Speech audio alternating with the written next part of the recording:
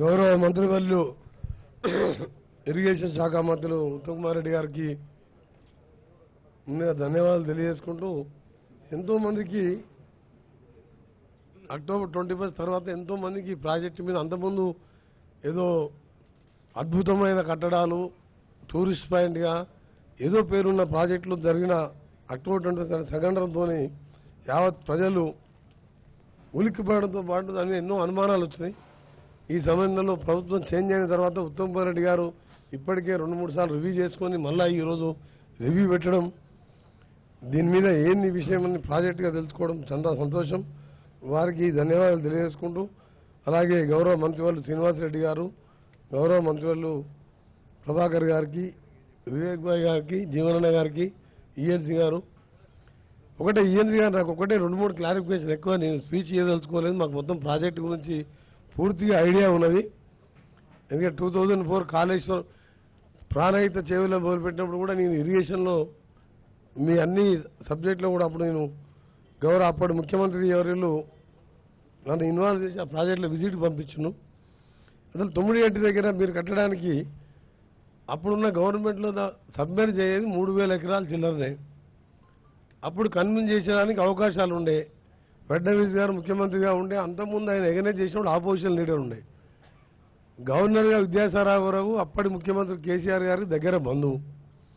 ఒప్పించి ₹1 కోటి ఎకరానికి ఇచ్చిన తుమ్మడేటి దగ్గర 152 కట్టితే గ్రావిటీతో entire project up to Chevella Vikarabad వరకు ఇప్పటి వరకు 8 ఇయర్స్ బ్యాక్ ఈ ప్రాజెక్ట్ కంప్లీట్ అయ్యి ఒక 38,000 అన్నాము, ఇంకో 20,000 కోట్లు పెట్టుకుంటే మొత్తం కంప్లీట్ అవుతున్నాయి.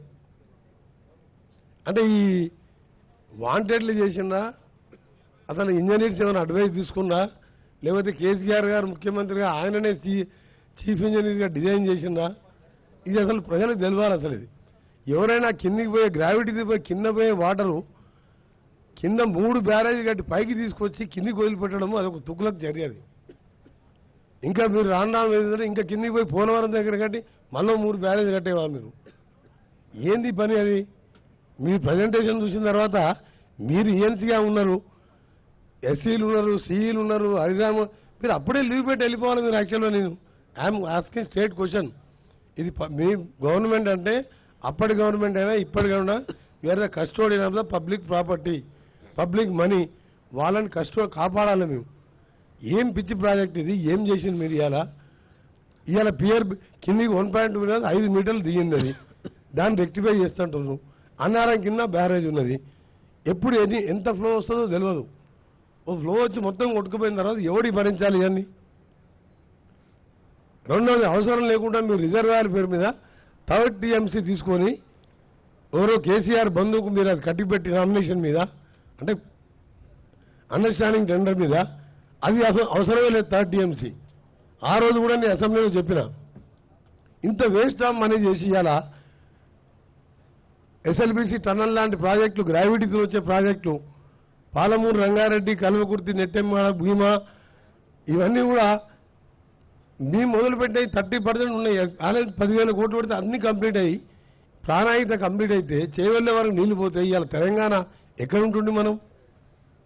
అందుకనే ఇప్పటికి రిక్వెస్ట్ ఏంటంటే మీరు ఈ ప్రజెంటేషన్స్ ఇవన్నీ కూడా మాకు తెలిసినాయి. టోటల్గా ఇంజనీరింగ్ డిపార్ట్మెంటు సీఎం ఉన్నా సరే తప్పని చెప్పాలి మీరు.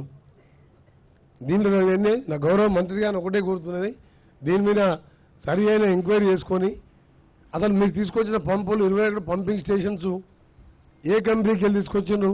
టోటల్ అసెంబ్ల్డ్ మోటార్స్, దాని వాల్యూ ఎంత? BHEL మోటార్ మా ఉదయ సముద్రం ప్రాజెక్టులో AMRPలో నేను ఫస్ట్ 99లో ఎమ్మెల్యే ఉన్నప్పుడు ఫిట్ చేపిస్తే ఇప్పటికి రిపేర్ రాలే. అంతకుముందే 2 ఇయర్స్ ముందు ఉండేది. 25 ఇయర్స్లో ఒక్కసారి బ్రేక్ డౌన్ కాలే మోటార్స్. మీకు కూడా తెలుసు మురళి ఈఎన్సీ గారు, ఎప్పుడైనా ఫెయిల్ అయినా మోటార్స్. ఈ చెత్త మోటార్లు అసెంబ్లీ మోటార్ తీసుకొచ్చి 1,000 కోట్ల రూపాయల మోటార్ 4,000 కోట్లు ఛార్జ్ చేసాం. డిఫరెంట్ కంపెనీస్, స్మాల్ కంపెనీస్కి వెళ్ళి తీసుకొచ్చి అసెంబ్లీ తీసుకొచ్చి ఫిట్ చేసాం. ఎంత బాధ అనిపిస్తుంది అంటే మాకు ఇవాళ గవర్నమెంట్లో మేము గవర్నమెంట్ నుండి సెటరేట్ చేద్దామన్నా సెటరేట్ చేయలేని పరిస్థితి తీసుకొచ్చారు మీరు.